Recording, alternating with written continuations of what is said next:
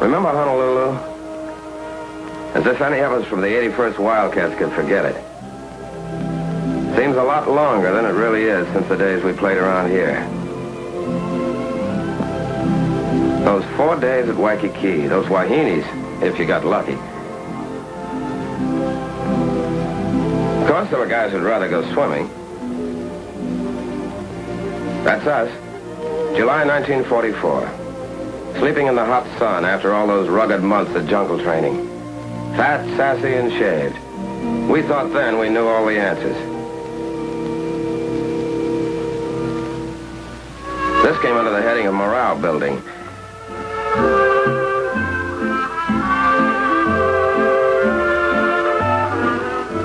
Of course, some characters needed more than others.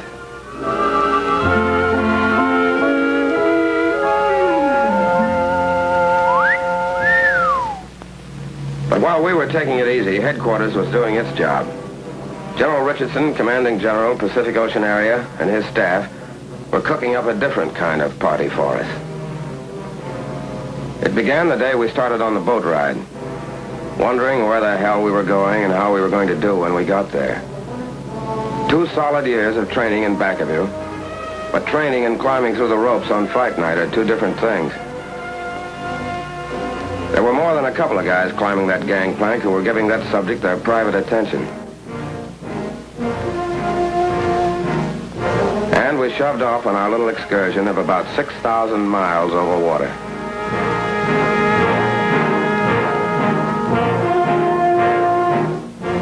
We were going down under. That's all we knew. We'd have even been glad to see a Kapu sign if it were standing on dry land. Every man with a cabin to himself. Picture of a guy getting fixed up to go to a concert.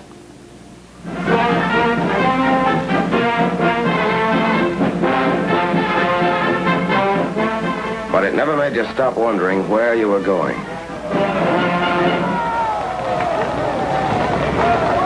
Time on our hands, so we figured out ways to spend it. With a few bucks thrown in for a side bet. One way of getting tired enough to climb into your bunk. Back the loser, bub?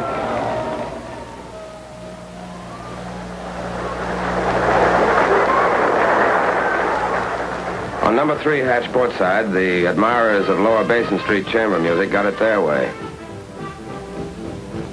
Remember Curly Miller?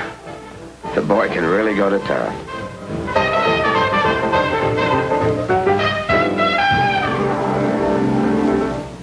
The day we crossed the equator and the shellbacks got their crack at the pollywogs. And there's still some of us in the outfit who take off at the sight of a curved stick.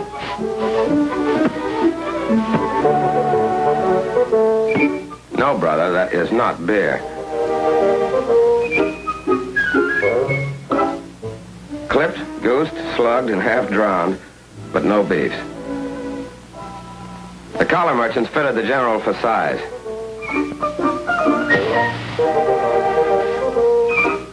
The local barbers gave him a once-over lightly. Dental inspection. A rub-down at the club. The treatment's finished and the general's a shellback. When you look back now, you can remember a lot of laughs on that boat ride, but mostly it was just plowing along through that ocean, under that sky tent, and waiting, and watching for Jap subs or carrier planes.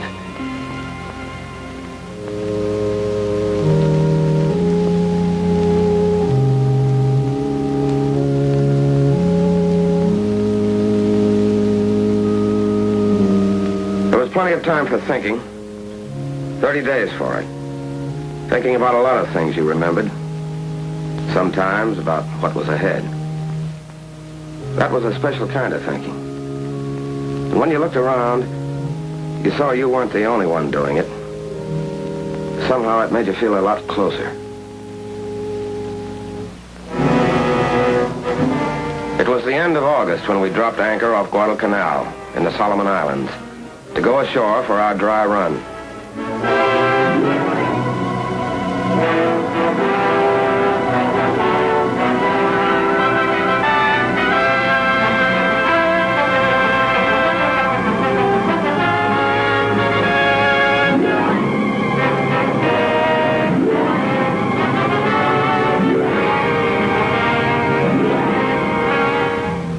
There weren't any Jap capo signs on the beach, but when you hit it, you got that quick flash about the guys who were here ahead of us at Guadalcanal and the job they did. To look at it, you couldn't believe that beach had ever felt the bite of live ammo.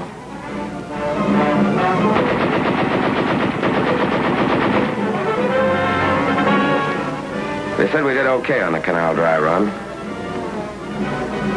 When we left the Solomons, we still didn't know where our next stop was, but it was getting closer.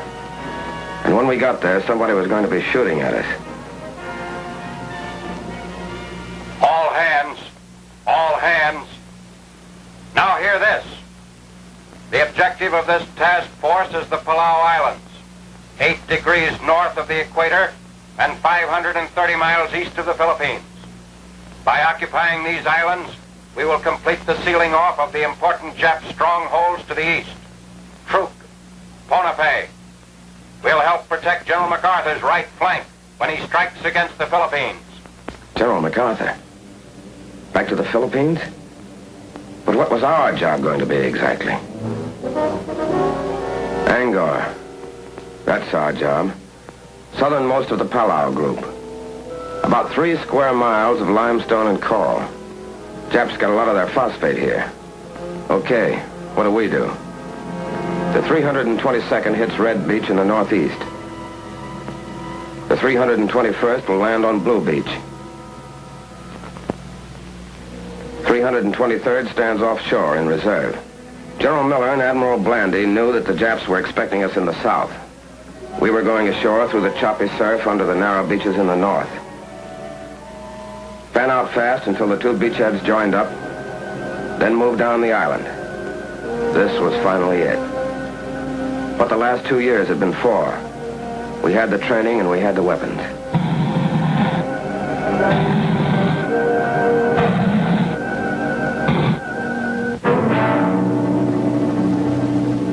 There was Anguar. On it, holed up in caves and pillboxes, was a tough Jap regiment with plenty of experience in China back of them. This was our first time. How were we going to do? Remember the morning of September 17th? The carriers opened the show.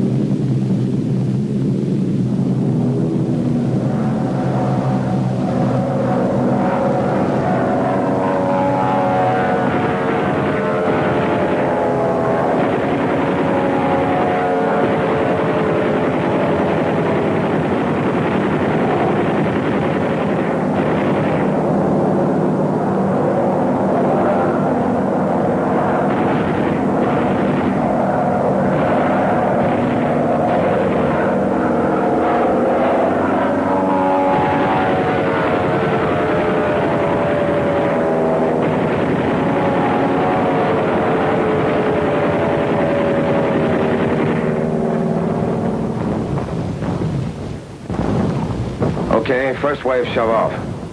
That's us. Let's go.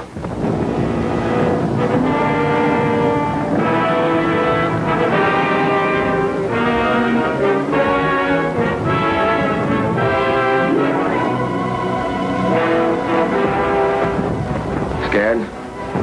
Who wasn't? At least the waiting's over.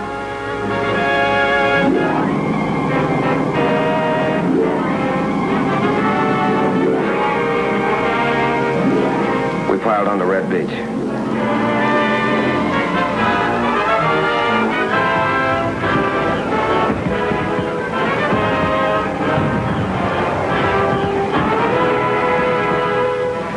Grab it, brother. You'll need it.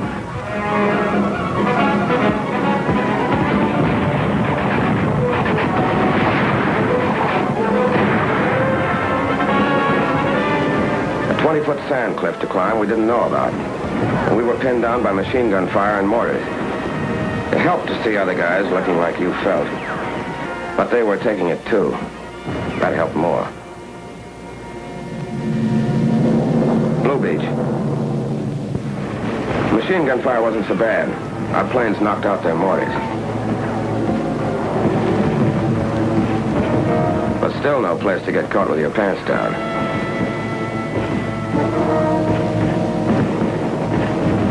They had no regular defense line. They melted right into the ground. We had to blast or burn every damn last one of them out.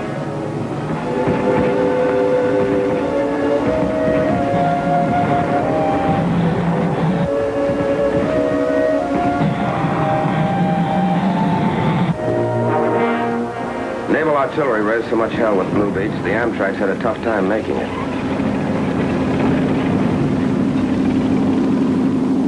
Back at Red Beach, things had got better. We were able to move in off the beach, which was also nicely torn up.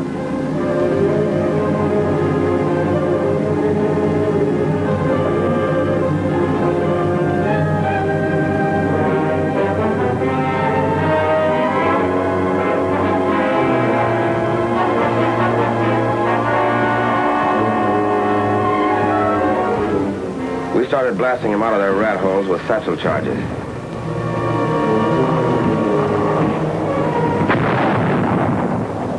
By H+1 hour, we had a combat intelligence center operating.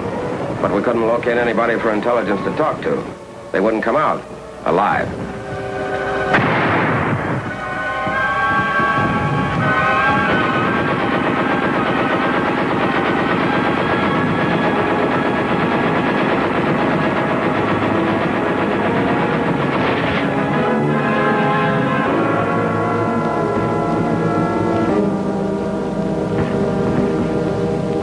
Medics brought casualties down to the beach while we went on burning and blasting, extending the beachhead. And for every litter that went out, 6 other guys came in.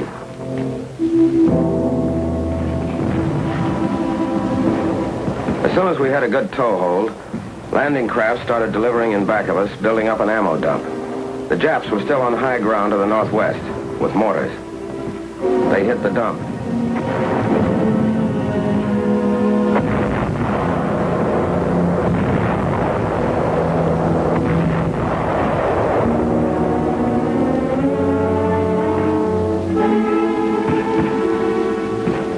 We saved most of it. But who wants to be a fireman at a time like this?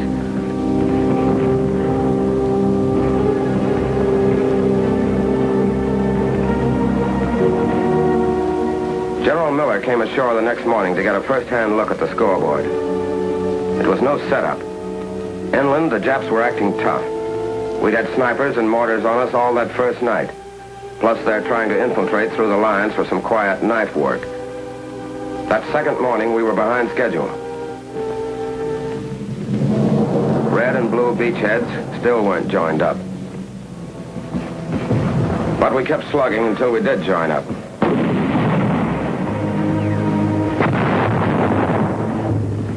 And all the time moving inland. Then we got to Shrine Hill. Remember? Caves 15 feet deep, dug out of solid coral. Entrances barricaded with coconut logs, leaving firing slits only a couple of inches wide.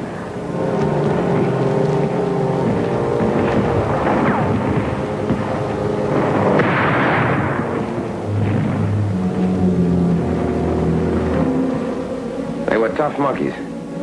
There'd still be some of them in there firing even after you'd put a 25-pound satchel charge under them.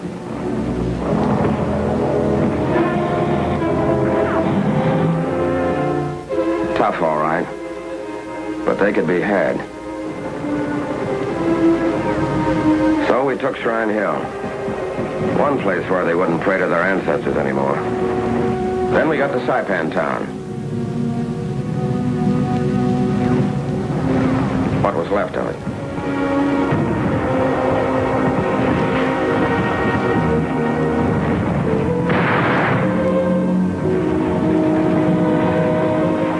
By this time, we'd cooked, blasted, or shot 600 of the little apes. And had what we came for, including the phosphate plant. These phosphate diggings, about the best in all the Jap-mandated islands, were out of business at this stand permanently.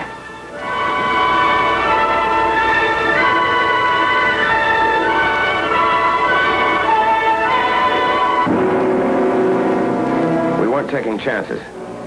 They know how to hide like the murdering weasels they are. We heard that some of them were still on high ground up to the north. But by the end of the third day, we'd shoved them back into the northwest corner and the southern tip of the island.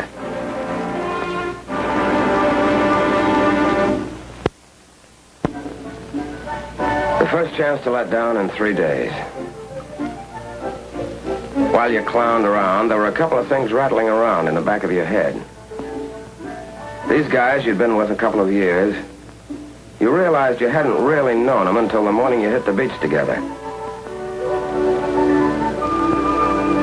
You had a different angle on them now, and wondered if they were thinking about that too.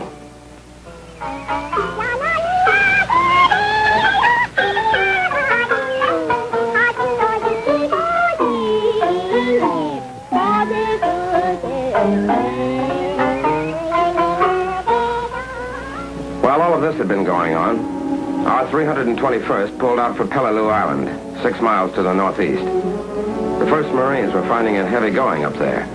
The 321st went up to give them a hand. The rest of us who stayed on Anguar had our own job to finish. The jungle was still lousy with Jap snipers, but we couldn't wait to clean them out to get the airstrip in. With a rifle covering every couple of axes, the aviation engineers started hacking out the strip. The sooner it's in, the sooner we can use it as a base to plaster the rest of the Palaus.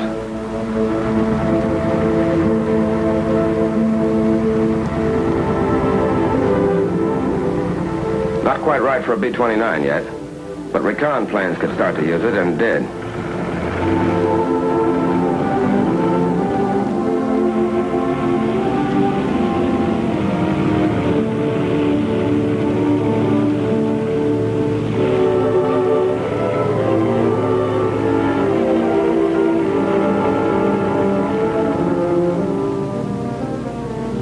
Way in the background is Peleliu, where our 321st was battling Japs.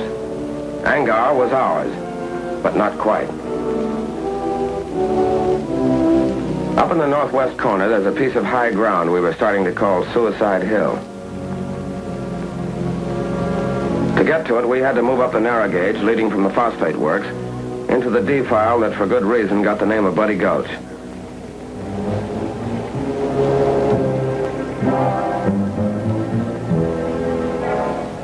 Plenty of Jap machine guns and snipers up there, too. A Jap 75 mounted on rails kept poking out, firing, and pulling back into a cave. We couldn't see what the hell was going on up ahead, but the tanks could.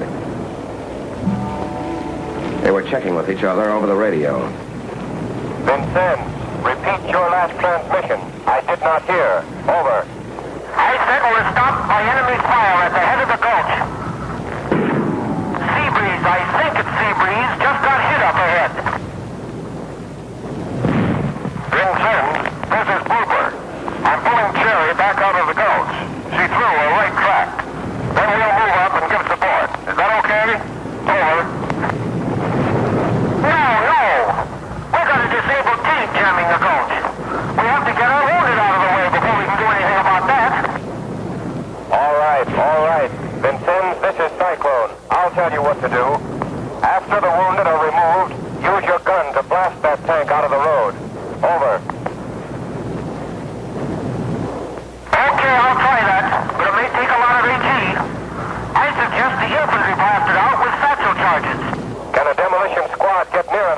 What about enemy fire? Over. They can get up there. They can get up there. We're under fire all right, but those litter bearers are working right in it. They're bringing those guys out with stuff kicking up all around them. Brother, what guts.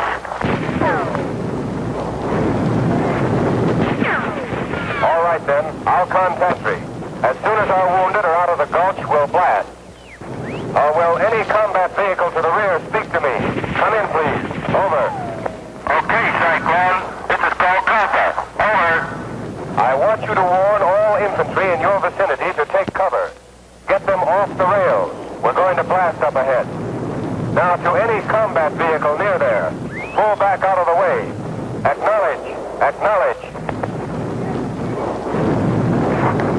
I heard you, Cyclone. This is Rose.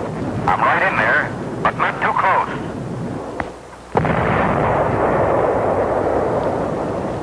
Not too close, he says.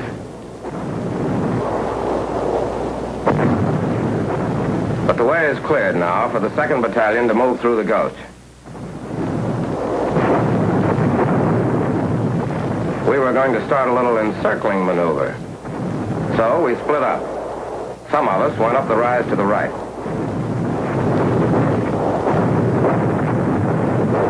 The rest of us went to the left, going in with everything we could carry.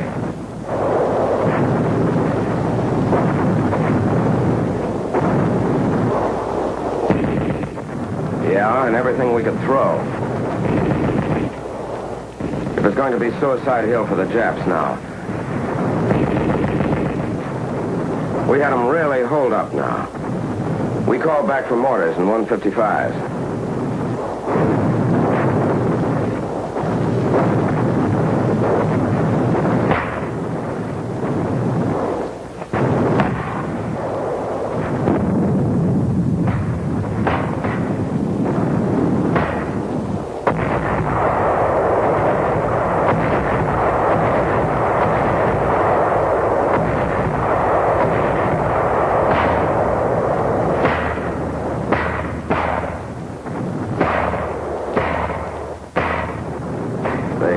Got it. All afternoon and into the night.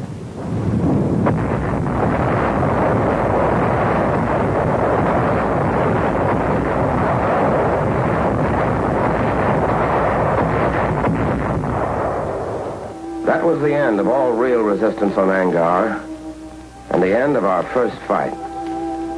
It had been no cinch. They'd poured everything they'd had on us, from 75s down. But we'd won our first battle. And we had a right now to call ourselves the 81st Wildcats.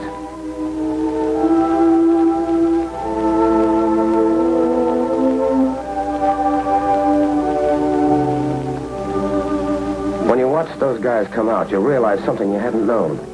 How mad you got when the bastards hit the guy next to you.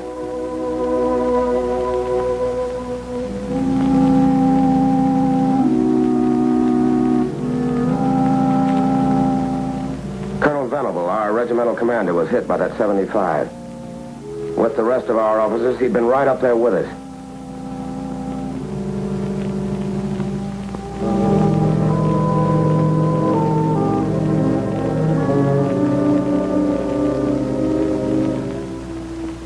From the top down, the 81st had gone in and come out all right.